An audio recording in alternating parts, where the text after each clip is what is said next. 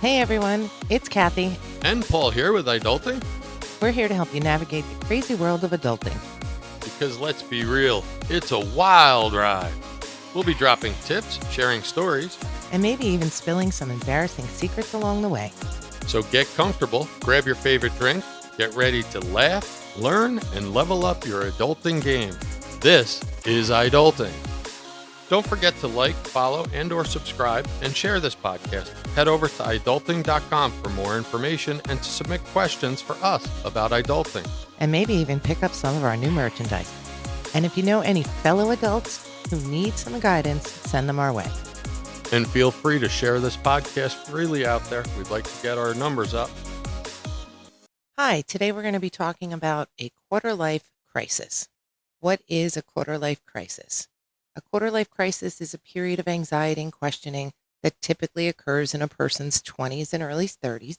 It's a time of uncertainty about your choices in life, your direction in life, and it can often involve a tremendous amount of feelings. So it's when doubts about what your career path and choice start popping up, your relationship questioning, and your life goals are all a part of a quarter life crisis. It leads to increased anxiety, stress, and worry about the future, disillusionment. You start feeling like life isn't turning out like the grand goals and dreams you had in your late teens. You start questioning yourself, so there's serious self doubt enters the picture. And here are some of the key aspects of a quarter life crisis. I had to look this up. I had never heard the term before. So I looked it up and found out it's a bona fide term that was coined by a psychologist, I want to say, in a book written in 2001. It's often triggered by major life transitions. When you think about your quarter life and about where you are, you're graduating college or grad school, you're starting in a career, things are starting to get real. It's you've gotten out of I'll use air quotes here, you're getting out of the fantasy world of college and living under your parents' wing. So you're stepping out on your own, and it's stressful. You're navigating significant changes in relationships. It's normally the time in your life where relationships are starting to take a turn towards a more serious nature. It involves a reassessment of your personal values and priorities. It can lead to feelings of being stuck or unfulfilled. You're not happy with the choices you've made so far, or you're dreading that you're stuck in the choices you've made.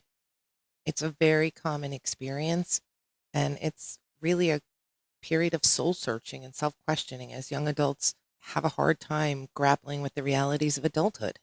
And in my research of what exactly it was, just to get more of a definition, there were some notes that it was depicted in films as early as 1967 in the film The Graduate.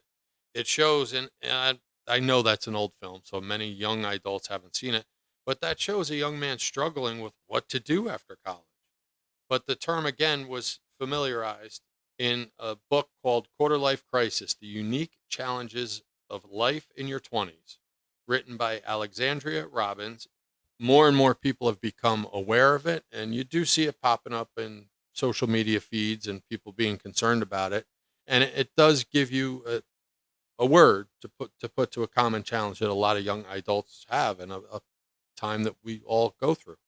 Right. And it's definitely become more prevalent in popular culture, um, especially in discussions about mental health. People are feeling lost. They're feeling that they're unfulfilled. It also, with the rise of social media, you're comparing yourself to everyone, which is really putting a stress on you. You can't truly compare your life to anyone else's. It's your life. It's a normal part of life. As we look further into it for the show notes and as we reflect on our own growing up, a quarter life crisis is an absolutely normal part of your life experience. It's a time of great uncertainty. We were going through getting married, buying our first house, changing careers. What can we do to avoid a quarter life crisis? When it's the normal part of life to experience periods of uncertainty, there are steps you can take to maybe lessen the intensity of the potential quarter life crisis. So, we're going to give you a breakdown of some strategies that might help you. First is cultivate self awareness. You want to reflect on your values, what matters to you. Understanding who you are at your core and your core values can help provide a compass for decision making, not only through a quarter life crisis, but through all of your life. So, your core values are something you should reflect on, write down, journal. Journaling regularly writing down your thoughts and feelings can help you identify patterns, help you gain some clarity. And I use my journaling just sometimes as a mind dump to explore your interests, engage in activities that spark your curiosity and passion. Just because you went down one road doesn't mean you have to be stuck on that road. You may find interests and passions in other areas that you may want to follow. Manage your expectations. Challenge societal pressures. Recognize that social media often presents an idealized version of reality. Avoid comparing your life to someone else's and embrace uncertainty. Understand that life is not a linear path. Be open to change and unexpected opportunities. Let go of your shoulds. Realize the pressure of adhering to rigid timelines or expectations is going to hurt you. It's going to make you more anxious and it's going to make life choices harder. There's not shoulds. There are very few shoulds in life. There's a lot of woulds. There's a lot of coulds. No one except maybe someone that's setting expectations for you, especially yourself, are going to put the pressures of shoulds on you more than you do. But before just discarding shoulds, make sure you examine them. Are you discarding a should that should be reclassified as a must? For example, personal fitness or eating right. Many of us say we should do it and we'll start Monday. Those are some of the things that can help you through this by making the right choices and reclassifying those as musts. This can be a period of reinvention in your life. So you want to build a strong support system, connect with others. And that doesn't mean necessarily you're going to go connect with the people at the bar. You want to find meaningful relationships with friends, family, and mentors. Professional groups are a good place to go for this. Social groups that have activities like hiking and follow your interest groups are good groups for this. Right? Hobbies and activities you have, there are tons of people that are doing these things too. So go out and meet some people. You may need to seek some professional guidance or maybe even a therapist or counselor at this time of your life going through this to help you see. Sometimes we're so close to problems we can't see our own way out, and we need a objective set of eyes to give us that. Find your community. Use the internet. There's tons and tons of there's communities for everything out there, and interactive communities where you can chat with people who share your interest, your profession, and friendships can grow from there. Take proactive steps. Set realistic goals. Break down larger goals into smaller, more manageable steps. Prioritize your self-care. So engage in activities that promote physical and mental well-being, such as exercise, mindfulness, healthy eating. Take care of yourself. Take a shower. Take a long bath. Take some downtime. And embrace lifelong learning.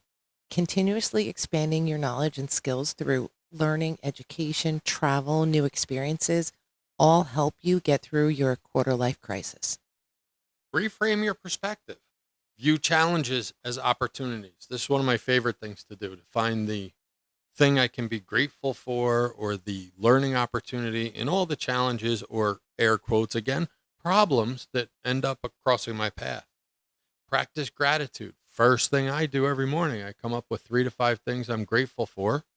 And when going throughout the day, even when it's a not great day or a really bad day, I look for the things in it where I could be learning something or the things I could be grateful for. And embrace change. Life is change. It's a constant process of change. And the more comfortable you can get embracing those changes, the easier things are. When you think about change, just realize in our lifetime, when we were kids, people had 8 tracks. It was like a big disc thing that you put into your car to play music. When that was over, we got cassettes. When cassettes were outdated, we got CDs. And when CDs crapped out and that was the end of it, now we have MP3s and downloading music and everything's online. So in our lifetime, we've seen a tremendous amount of change, not life-changing events, but life changes. We even had AOL mail. We did. Our internet used to actually ring and dial up. We would hear it, and then it would say, "You've got mail." By actively engaging some of these strategies, you can help yourself build resilience and navigate the challenges of young adulthood with greater confidence and clarity. So how can you start pulling out of a quarter life crisis? You're listening to your favorite podcast, what happens to be the Adulting Podcast, and you realize, oh my God, I'm in a quarter life crisis. What can I do? Well, the first and most important thing you can do is acknowledge and accept your feelings. You can go, oh, all right, well, now I got a name for my pain. And it's okay. Validate your emotions. Recognize that what you're feeling is normal. You don't want to try to suppress or compartmentalize any of it. Just understand that it's normal and practice some self compassion. This is one of the things I tell almost everyone I talk to when I'm talking to young adults. Take a breath. Life's been tough. You've been through a lot the last few years, whether it be COVID or college or job changes or all the above. Life's been tough. So give yourself some grace. It's a time of transition, and it's okay not to have all the answers. I'm 53, still trying to figure out what I'm going to do when I grow up. Focus on self discovery. So reflect on your values and priorities. What truly matters to you? What kind of life do you want to create? Sometimes, as I've heard by maybe my co host, you should look at the life you want and reverse order it. Figure out what it's going to take to get where you want to be. Explore your interests. Reconnect with some old hobbies, try some new ones. They can help rediscover your passions or reignite a passion you had in the past. And journaling, write down your thoughts. We talked about already, feelings and goals. I keep a gratitude journal that I do in the morning. And at night, I call it my mind dump reflective journaling. I list my wins, my losses, and basically any other just mental minutia that's rattling around so I get out of my head and sleep better. And remember, take action. Even small steps will help you move forward out of your quarter life crisis. Set achievable goals. Break down your large goals into smaller ones, more manageable tasks. It can help you build momentum. Experiment with new experiences. Step outside your comfort zone. Try new activities. Meet new people. Explore new places. Just get somewhere that's going to clear your head, change your mindset, and help you move forward. Focus on what you can control. Rather than dwelling on uncertainties, focus on taking action in the areas you have control of. As Paul likes to say, my 3 foot world, which means you can only control you. You control your emotions, your reactions, and what you do. When it comes to small actions or any actions, remember small, consistent actions done regularly will result in giant, huge, terrific results. Sometimes those results are coming so slow you can't see them, but keep doing them. If you know you're on the right track, keep ticking away. You'll get where you're going. And when you turn around after a year, 6 months, you're not going to believe the progress you made. Reframe your perspective. It's very important. And I try to talk to everyone I know about this, that like when you're having a bad day, one of the first things you need to do is recognize you're having a bad day and reframe. You want to reframe, reset, and re-engage. Embrace the uncertainty. We already talked. Life is not linear. It's a process of change. Life is change. Focus on growth. It's a period of your life where the opportunities are nearly endless for personal growth and self-discovery. You still have the energy of youth with the wisdom of growing a little bit older and the life lessons and experiences. And practice gratitude. Every day, practice gratitude. It helps reset your mindset to get you into a growth mentality. So some key takeaways are quarter life crisis is absolutely normal part of life. Self-reflection, action, and support are crucial for navigating this phase. And it's okay to not have all the answers. By implementing some strategies, you can navigate your quarter life crisis and emerge with greater clarity, confidence, and purpose. So, what can we do to prevent a quarter life crisis? Well, we've talked a lot about what you can do to avoid it or what you can do to pull yourself out of it. And these are probably some preventative measures you can take that are going to help you get through your quarter life crisis. Building a strong foundation of self-knowledge. If you clarify your values and reflect on what they are, I you need to write these down. Your values are not a living document. They're not just something you say once and that's it, you put them away. Your values underscore the foundation of who you are. They're your core values and they provide a compass for your decisions and your direction in life. Identify your strengths and passions. Explore activities that ignite your interest. Sometimes those activities aren't related to your work. Sometimes work is just to pay the bills, and it's a necessary evil of adulthood. Your passions may be something outside of work. I wish and hope for you that the two intertwine like mine did for my fire career. I encourage you to keep looking that way, because if you can do that, you'll feel like you never worked a day in your life. But sometimes the reality is that work is work and your passions lie elsewhere. And Embrace the challenges as opportunities for learning and development. Remember that anything that doesn't break you makes you stronger. Anything that you can learn from makes you a better person, makes you more resilient. There are challenges every day in life, no matter what they are to you, no matter how important or how small, they're all challenges that you can learn from. and that's key to developing a growth mindset. I want to say that again. Develop a growth mindset. It is absolutely critical to you as a person and to your future that you have a growth mindset with an inner center control. Right. And it forms resilience. And resilience is a key skill to getting through the everyday challenges of life. If you're resilient, you can see the good that comes out of an event or the learning that comes from a tragedy, something that's going to help your mind essentially become elastic and get you back to where you need to be. Cultivate realistic expectations. And that's, you want to differentiate between social media and reality. The curated reality that is presented to all of us in social media, no matter what the medium is unbelievable. We think people are living a world on unicorn farms and living in cotton candy homes and everything that we could dream of, they're possibly doing every day. But the reality is they're not showing you the other 80 or 90% of their time. So understand, social media often presents an idealized version of life. So try to avoid making comparisons unless you're factoring in that that's a teeny portion of that person's life. Accept uncertainty. Life is change. It's not linear. It's got to be adaptable and open to unexpected changes. And some of those unexpected changes are sent along by fate, by God, by whatever you call it.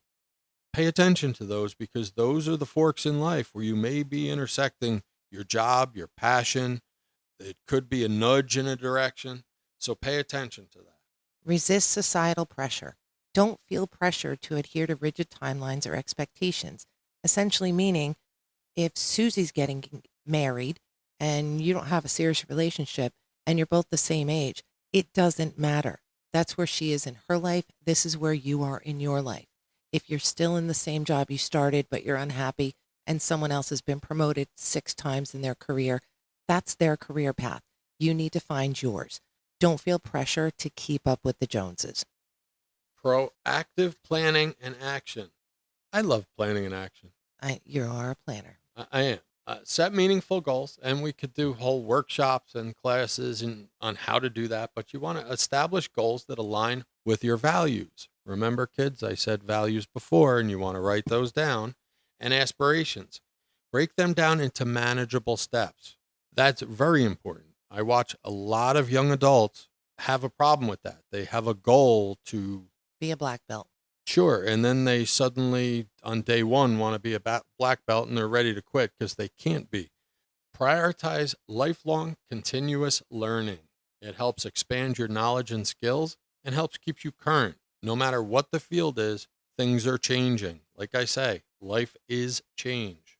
Whether it was the fire service and construction, whether it was fire attack techniques, or in my current world where I'm an IT guy, all of it changes every day, and you need to embrace that. One tip I'll give you is that you should listen to podcasts like the Adulting Podcast, the shameless plug for us, and other audiobooks. Like we belong to Audible, and I use the public library shamelessly for audiobooks while I'm in the car and while I'm working out. Develop healthy coping mechanisms. And that's practicing stress management techniques such as mindfulness, exercise, and healthy eating. Don't do like I did. And my coping mechanism for many years was I would just hang out on the weekends and drink too many beers until eventually I had a problem with that. So you want to make sure they're healthy coping mechanisms. Build a strong support network, which nurtures strong relationships with friends, family, and mentors.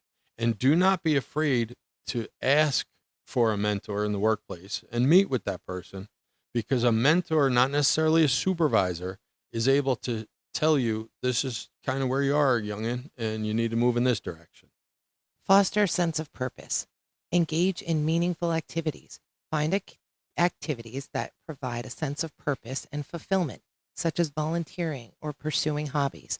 Trust me, if you truly feel good about something you could do for someone else, that's a meaningful activity. That's a sense of purpose. You have a reason to be doing it. You're helping others and you're making their life better. Practice gratitude. We say this all the time, but be grateful. And you may be stuck and you may be in a position where you feel like everything's miserable. If I don't have the things I want, you should be grateful. Be grateful you got up today. Be grateful you took a deep breath. Be grateful that the sun is going to shine. Be grateful. Show gratitude. Appreciate the things that are good in your life that are surrounding you every day. A couple key ways to prevent a quarter life crisis is to build self-awareness early on. I would like to be able to go in a time machine back to when my family and my children were younger and I was younger, and build in these healthy habits now. There's a couple key messages I would give my younger self: stay in shape, get healthy coping mechanisms, and develop the habits I've developed now with my routines. It would have made me much further along today. Always consistently and actively build better and healthier habits. Life gets better and better with these small actions. So by taking these proactive steps, you can build resilience and navigate the transitions of young adulthood with greater confidence and purpose. Go out there with the knowledge you're gaining, whether it be through this podcast or reading books or life experience. Be service to others. If you can focus on making the world a brighter place and making just your little part of it a little brighter and a little happier and being of service to other people, you'll find that some of the focus on your problems starts to decrease and dim a little bit. The more you can do that, the easier it becomes to get through this, and the more you'll build your network. Right. And maybe you will start looking at this as quarter life moments or quarter life events instead of quarter life crisis. So hopefully this helped you all with your quarter life crisis. Just remember, you've got this, adults. Keep your head up, your spirits high, and keep adulting with us. Go forth and conquer the world, or at least your to-do list. And don't forget to like, follow, and or subscribe. Tell your friends, share the podcast, and head over to idulting.com for more information and to connect with us. See you on the next episode. Be safe.